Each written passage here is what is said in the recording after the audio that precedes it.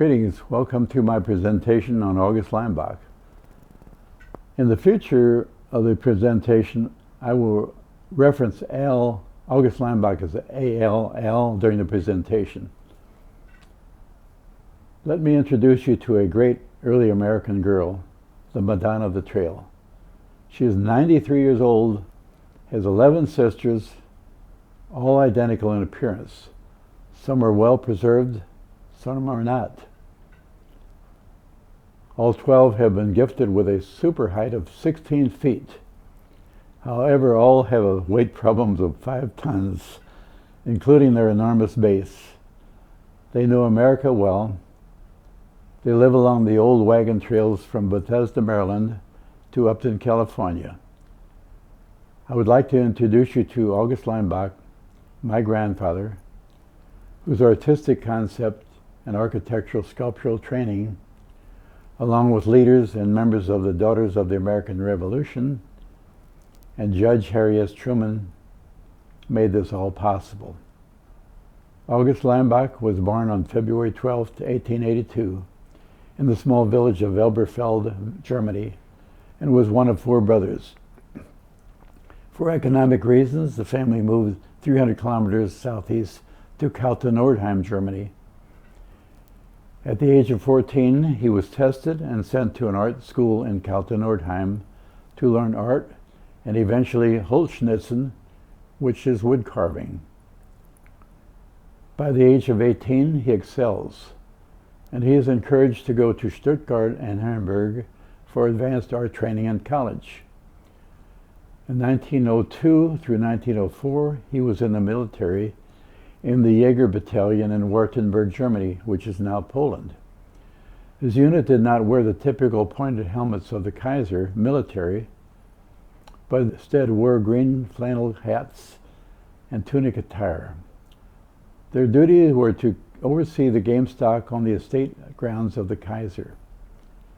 By 1910, he was a master sculptor and was planning on working in the Orient, but happened to meet with his brother Paul, a St. Louis resident who happened to be visiting in Germany.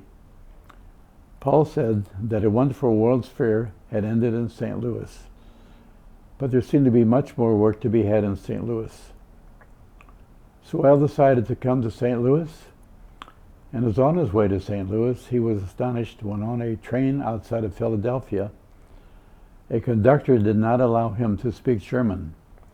He arrived in St. Louis in October 1910 and lived 2 months in St. Louis with Brother Paul. A friend of Al's that he knew in Hamburg called him from Waco, Texas, and asked him to work on sculpturing projects in Waco. So his first artwork in America was done in Waco. In 1910, Al married Carolyn Albrecht, originally from Hamburg, and she had been living with her brother Paul in St. Louis. A child, Catherine, my mother, was born in 1911. The marriage was short, and at the age of 29 they were divorced in Waco, and Al now had full custody of Catherine. He starts getting more work offers on banks, office buildings, and hotels in Galveston, Port Arthur, Houston, and Dallas. His challenge is that Catherine must now be tended by a caregiver that he hires to keep Catherine while he is away for long periods due to his work. Over the years, this stress causes many health problems for her. Work offers continue, and he makes his way westward and finds many job opportunities in San Francisco, where he makes contact with former colleagues with whom he worked with in Germany. San Francisco is preparing for the 1915 World's Fair, and Al decides to stay on. The fair is called the Pan America Pacific International Exposition to commemorate the opening of the Panama Canal. His logbook claims that he worked for the German consulate in California, but it gave no details.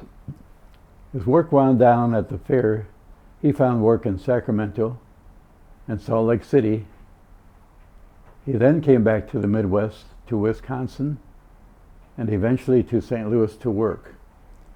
Between 1915 and 1921, St. Louis was his headquarters, and his work helped decorate the Schubert St. Louis, which is now Powell Hall, and Missouri Theaters, and the City Club building on Grand Avenue. Several high schools, the reptile and bird houses at the St. Louis Zoo. He was especially proud of the lobby at the Abraham Lincoln Hotel in Springfield, Illinois. He had his hand in the decorative scheme of the Missouri State Capitol in Jefferson City, where he designed the chandeliers and the two candelabras on the side of the main entrance.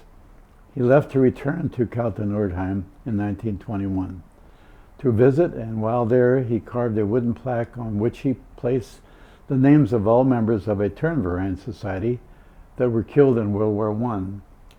The village also employed him to design a plaque for all of the soldiers who died in the same war.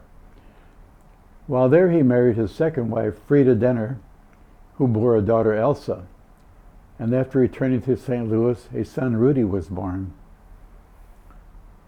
The owner of the Stanza Monument Company, located at Gravois and River de Pere, was selected by the DAR to manufacture some monuments, the design not yet selected.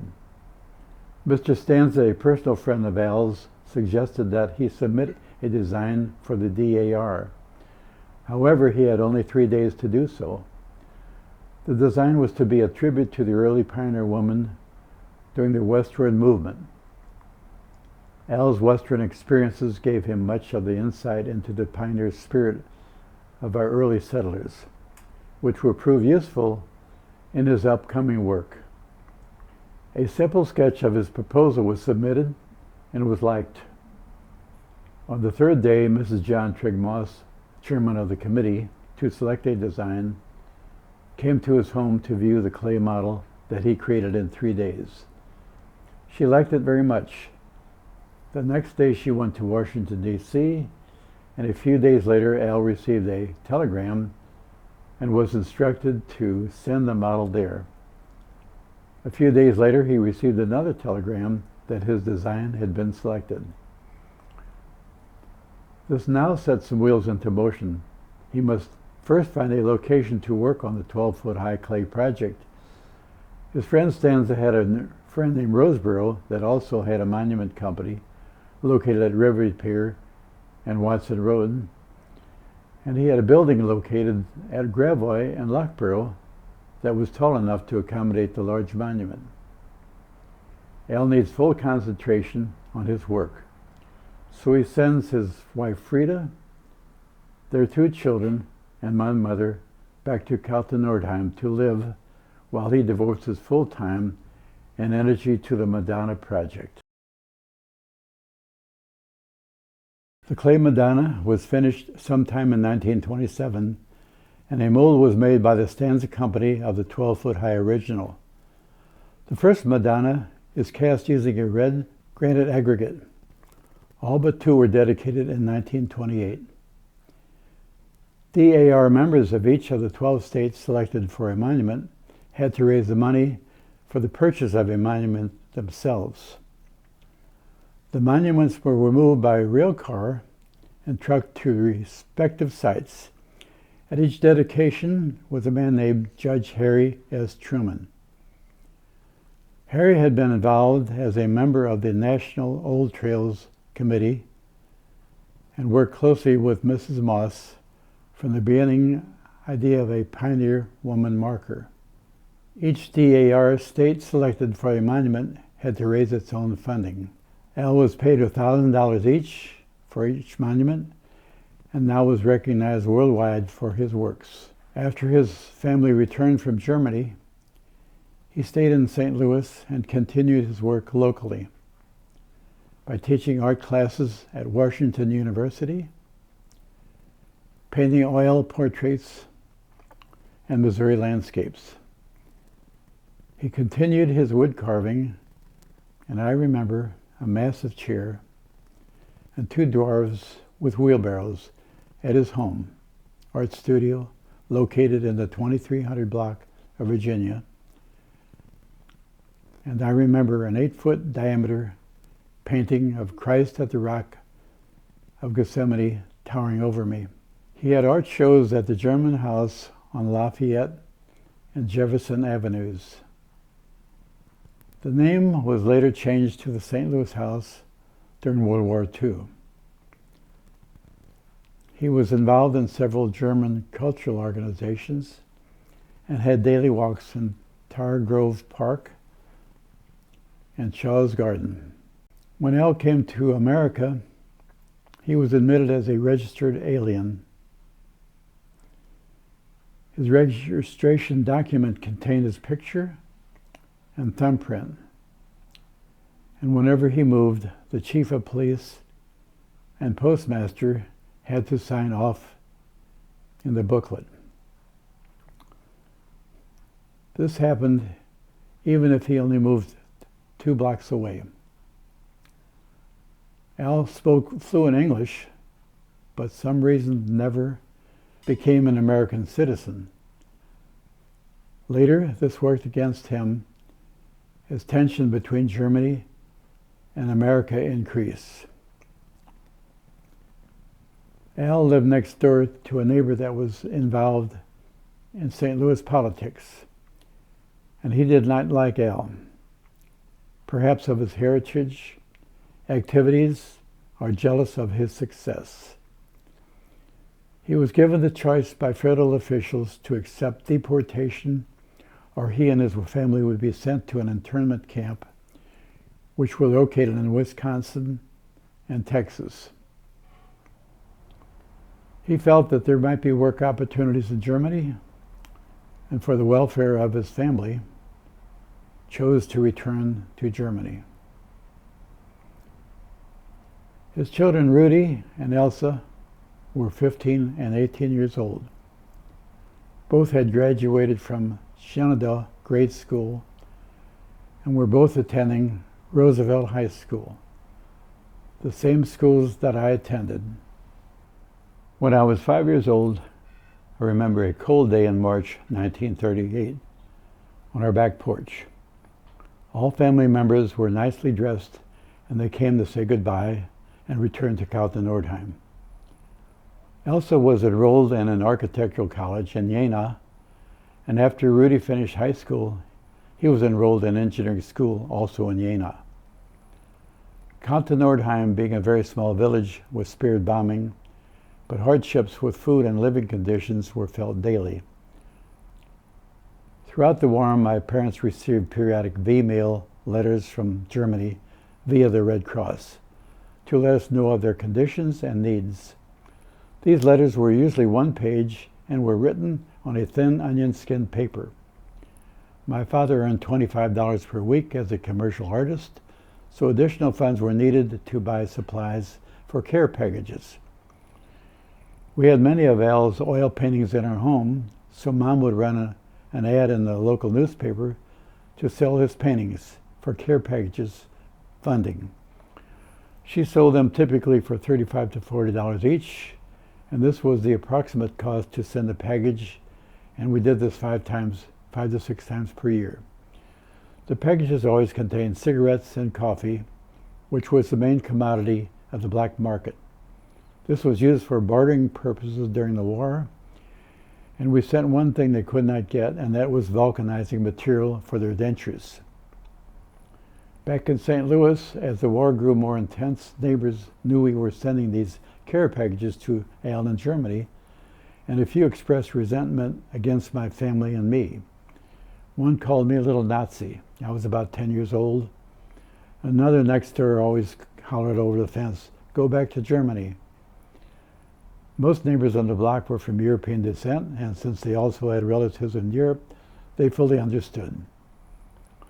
The FBI confiscated our camera as well as those of the close friends of the family.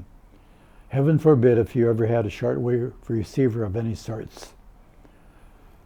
Al supplemented his income by continuing to paint. Most were portraits of officers. I remember one V-mail said he would paint an extra medal or 2 on the officers' portraits, and then he may be rewarded with an extra few eggs or staples to eat. Their hardships were constant. As the war intensified, son Rudy was inducted into the German army and eventually was captured on the Russian front. And he was held prisoner, but later released to fend for himself because conditions for the Russian soldiers were so bad. Elsa became a Red Cross nurse and never really spoke of her hardships. After the war, the U.S. established control over Germany, and officials found out that Al had lived in the U.S. and spoke fluent English. He was appointed to be Burgermeister, mayor of Kaltenordheim. Now he and his wife Frida were starting to live a better life again. All was going well until the U.S. and Russia divided Germany into two zones, Eastern and Western. Now they were under Russian rule. Al and Frida are considered enemies of the state, and both were immediately put in jail. The local townspeople had been totally disarmed by the Russians, but their passion for their fellow man caused them to rise up one night, and using pitchforks, shovels, and sticks sprung them from the small jail and helped them escape to the western zone, where they settled in a small town of Michelstadt, about 40 kilometers south of Frankfurt. After the war, Rudy worked in the I.B. Farben building in Frankfurt, which was the headquarters for General Eisenhower's. And since he spoke perfect English, he got a nice job working as an interpreter. In 1956, he returned to St. Louis and worked as a mechanical engineer. His sister Elsa was still working for the Red Cross and was engaged to be married. Unfortunately, she and her fiancé were killed on a motorcycle by a truck with bad brakes while descending a mountain road. Al spent his remaining peaceful years in Michelstadt painting, wood carving, and singing in the Liederkranz Singing Club. Many members of his wood carving club had followed him from Kaltenordheim. He died December 18, 1965, at the age of 87, and his wife Frida died a few years later. In 2010, I met a couple from Michelstadt in Fort Myers, Florida.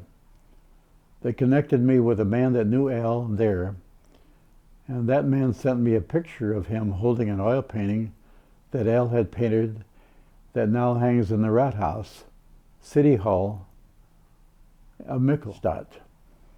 I hope this presentation has given you an idea of the hardships that Al and his family endured during the war, and that you have appreciated his passion for art.